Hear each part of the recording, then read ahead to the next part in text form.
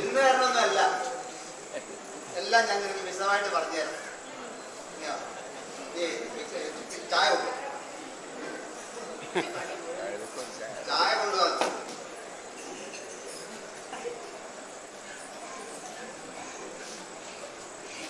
പോയോ?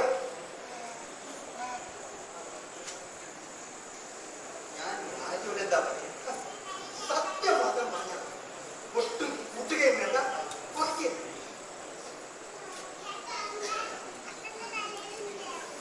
എവിടെ കിടന്നു തൊഴുത്തില് അല്ലാതെ ഓരോന്നിനും അതിൻ്റെതായ സ്ഥാനം നമ്മളായിട്ട് മാറ്റാൻ നിർത്താൻ പാടില്ല. ഒരു തായും തലയുടെ വിളിക്കാറുണ്ടോ? ഞാൻ സുഖമായി പിന്നെ ഈ പൈപ്പോലല്ലാതെ വേറെ എന്തെങ്കിലും വേണം. ഞാന് കുഴിഞ്ഞ പയറില്ല, വലിയ പയറാണെങ്കിൽ എനിക്ക് വളരെ ഇഷ്ടം. അല്പം എണ്ണയിലേക്ക് നടത്തേ. ആഹാ, ഒരു കഷ്ണം ചെറുപയറിനാണ് കിട്ടിയാലോ? നീ പറയുന്നൊക്കെ ശരി, നീ പറഞ്ഞ പോലെ തന്നെ.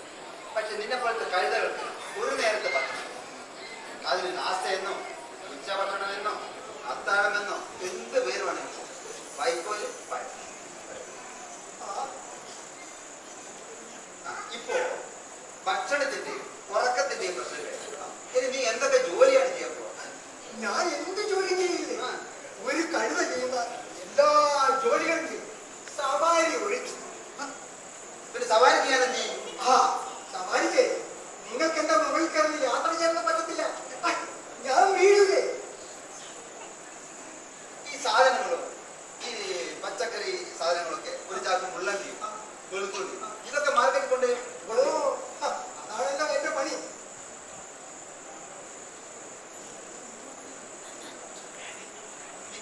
പിന്നെ വേറെ കൂടി, ഞാൻ എന്നും അങ്ങനെ കഴുതായി തന്നെ.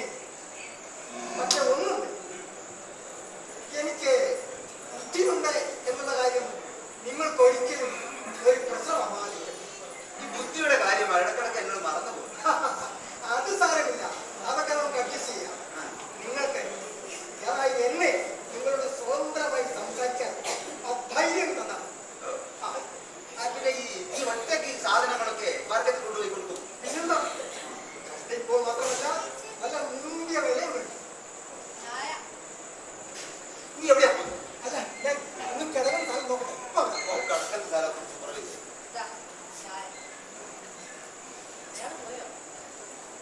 അവനുണ്ടല്ലോ, അവനാണ് ഞാൻ ഇന്ന് വാങ്ങിയ കാര്യം. നീ പറഞ്ഞാൽ വിശ്വസിക്കില്ല. നിനക്കറിയാം, ഇന്ന് ചന്തയെന്ന് കിട്ടിയത്. ഞാൻ വാങ്ങുമ്പോൾ ആ മനുഷ്യനായിരുന്നില്ല, കഴുത തന്നെയായിരുന്നു. കഴുതയെ പോലെ തന്നെ കഴിയുന്നുണ്ടായിരുന്നു. നീ പറയുന്നത് മുഴുവൻ ഈ കയറെ കുറിച്ച് ഞാൻ ഇങ്ങനെ വരികയായിരുന്നു. പെട്ടെന്ന് തിരിഞ്ഞു നോക്കുമ്പോ നാശം, കഴിയായി മാറി. പ്രേച്ചാലുമല്ല, ഇത് നമ്മളെ പോലെ തന്നെ ഒരു നാട്ടുപുറത്തുകാരനായിരുന്നു അവൻ. പിന്നെ അവന്റെ അച്ഛൻ എന്തോ കാര്യത്തിലാണ് ശമിച്ചതാ, എന്നിട്ട് കാര്യമായി മാറിപ്പോയി. പിന്നെ ആരോ അവനെ ചന്തയിൽ കൊണ്ടുപോയി വിളിച്ചു. ഞാൻ അവിടെ നിന്ന് വാങ്ങിച്ചു കൊണ്ടുവന്നു. കരുണാമയനായ ദൈവത്തിന് എന്നെ ആദരിക്കണമെന്ന് തോന്നി കാണും, അല്ലെങ്കിൽ അവൻ മനുഷ്യനാവില്ല.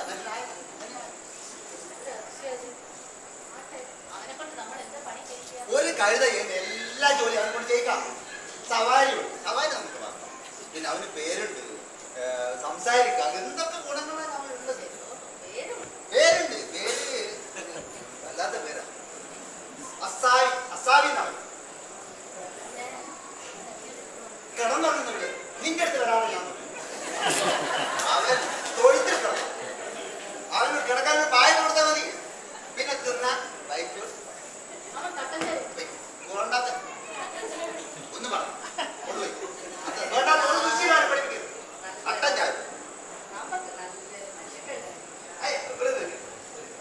ദേവി ഇത് അയൽപ്പക്കാരോട് പറയുന്നത്. അയൽപ്പക്കാര് നിങ്ങൾ പെണ്ണുങ്ങൾക്ക് സ്വഭാവം സ്വന്തം ഭർത്താവിനോട് പറയാത്ത കാര്യം ആദ്യം അയൽപ്പക്കാരോട്. അതുകൊണ്ട് ഇത് നാട്ടുകാരൊക്കെ അറിഞ്ഞാൽ നമുക്ക് രണ്ടുപേർക്ക് വട്ടാണത്. പിന്നെ അവരൊക്കെ ചോദിച്ചാൽ ഞാൻ എന്താ പറയാ? അവര് ചോദിച്ചാ എന്താ പറയില്ലേ? അവര് ചോദിച്ചാ നമ്മൾ അകന്നൊരു ബന്ധുവാണെന്ന് പറയണം. ഈ വിളവെടുപ്പിന് സമയമായതുകൊണ്ട് നമ്മളെ സഹായിക്കാൻ വേണ്ടി വന്നാണെന്ന് പറയണം. അത്ര തന്നെ. ആരാത്? അസാവി.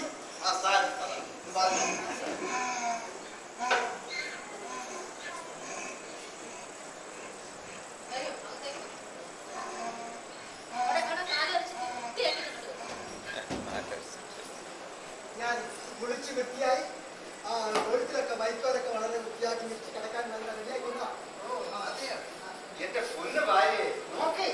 അവൻ സ്വന്തം കുളിച്ച് വൃത്തിയായി കിടക്കുന്ന സ്ഥലങ്ങൾക്ക് ഒതുക്കി എന്തൊക്കെ ചെയ്തിട്ടാ വന്നിട്ട് നോക്കൂ. ഇതാണ് ബുദ്ധിയുള്ളത്. ഞാനൊരു പ്രധാന കാര്യം പറയാം. എന്താണ്? അതായത് നമ്മുടെ പച്ചക്കറി കച്ചവടക്കാരുടെ കാര്യം. ഒരു പച്ചക്കറി കച്ചവടക്കാരൻ നമ്മുടെ വീടിന്റെ ഗേറ്റിന് മുന്നിലൂടെ ഇങ്ങനെ നടന്നു പോകാൻ ഞാനാണ് കളഞ്ഞു നിർത്തി അയാളോട് പറഞ്ഞു, ഇപ്പൊ പച്ചക്കറിക്ക് എന്താ വില? താങ്കൾ ഒത്ത് കിട്ടാനുമില്ല. നിനക്ക് വേണമെങ്കിൽ നമ്മൾ ഈ പച്ചക്കറി ആകത്താതെ നമ്മുടെ പച്ചക്കറി മുഴുവൻ ഞാൻ അവന് കൊടുത്ത. നീ വിറ്റുണ്ടാക്കി കാറ്റില്ലേ? നീ ഞങ്ങളുടെ ഭാഗ്യത്താണ് അസാമി ഇവിടെ വന്നത് ഇല്ലേ? പിന്നെ എനിക്കൊരു അപേക്ഷ. നിങ്ങൾ എന്ത് തീരുമാനം എടുക്കുമ്പോഴും എന്നെയും തുറന്ന് സംസാരിക്കാൻ അനുവദിക്കണം. അങ്ങനെ ആലോചിച്ച് സമയം കളയും. ഉടൻ തന്നെ തീരുമാനം.